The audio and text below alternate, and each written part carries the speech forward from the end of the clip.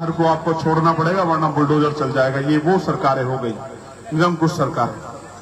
मैं आपको 30-32 ऐसे विषय हैं जिन पे आजाद समाज पार्टी काशीराम काम कर रही है, और आप ही के मन में सवाल आना चाहिए कि आजाद समाज पार्टी ही क्यों, हमें आजाद समाज पार्टी को ताकत क्यों देनी चाहिए।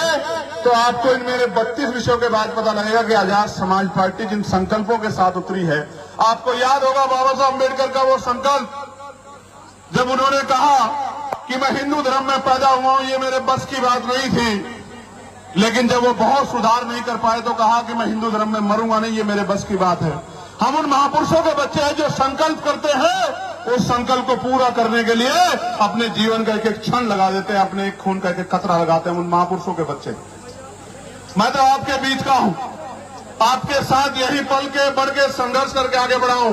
मेरे कैसे पता नहीं कितने साथी हैं जिन्होंने मेरे साथ संघर्ष किया हर मामले में, लेकिन मैं आपको ये पूछना चाहता हूं, क्या आप इसी गरीबी, बेबसी, असुविधाओं के जीवन में खुश हैं?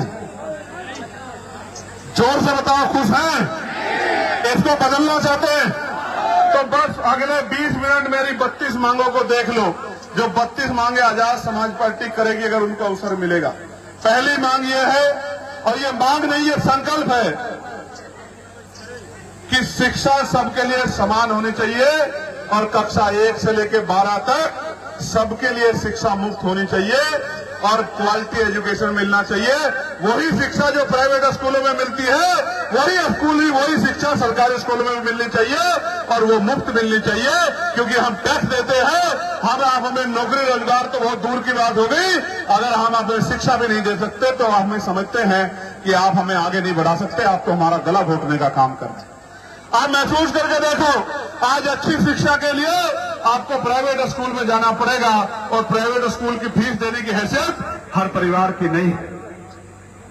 लेकिन प्राइवेट स्कूल का मुकाबला सरकारी स्कूल के बच्चे नहीं कर सकते। और सोचो जब कंपटीशन होगा, और वो भी कंपटीशन कब, जहां पेपर लीक हो रहे हो। मीडिया के मेरे बंधुओं, पूछो सरकार से सवाल आपके बच्चों का भी है कि एक बच्चा पढ़ के मेहनत करेगा रात भर जाग के, और दूसरा पैसे के दम पे पेपर लीक करा के नौकरी रोजगार ले जाएगा, तो न्याय कैसे होगा, निष्पक्षता कैसे आएगी, आप मुझे बताओ।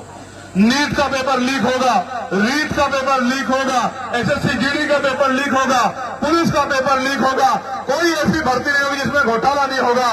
तो ये निकम्मी सरकार सिर्फ पैसे वालों की सरकार है, तो जनता इनके साथ क्यों खड़ी हो, जनता इनको क्यों ना जवाब दे।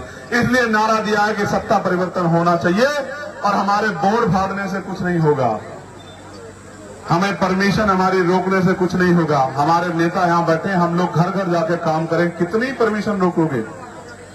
जब तक हमारे शरीर में लहू का आखिरी कतरा रहेगा, हम इन अधिकारों के लिए लड़ते रहेंगे, और हम पीछे हटने वाले नहीं हैं। हम वीर गति प्राप्त कर सकते हैं, लेकिन पीछे नहीं हटेंगे। इसलिए मैं आपको कहना चाहता हूं कि हम प्रदेश के सभी परिवारों को बेहतर से बेहतर और मुफ्त इलाज की व्यवस्था करेंगे। आप अपने मन से सोचो, आज अगर डॉक्टर के यहाँ जाओगे तो 500 रुपए से कम का पर्चा तो नहीं बनता प्राइवेट डॉक्टर के यहाँ, बनता है क्या? लेकिन क्या यहाँ न्यूनतम मजदूरी 500 रुपए मिल रही है सब परिवारों को? 500 का मतलब क्या हुआ? 15,000 रुपए महीना। क्या हर परिवार 15,000 रुपए महीना कमा पा रहा है? नहीं। जबकि केंद्र सरकार ने, मैंने लोकसभा में लड़ाई लड़ी थी, न्यूनतम वेजेस 753 रुपए कुशल रोजगार श्रमिकों के लिए करा दिया था, उसके बाद भी इस उत्तर प्रदेश की सरकार ने लागू नहीं किया। मैं आज आपको कह रहा हूं, उत्तर प्रदेश में राजकाज बनेगा तो चाहे आप खेत में काम करें, या कंपनी में, या फैक्ट्री में, किसी की दुकान पे, या सड़क पे, या चौराहे में, या कहीं भी न्यूनतम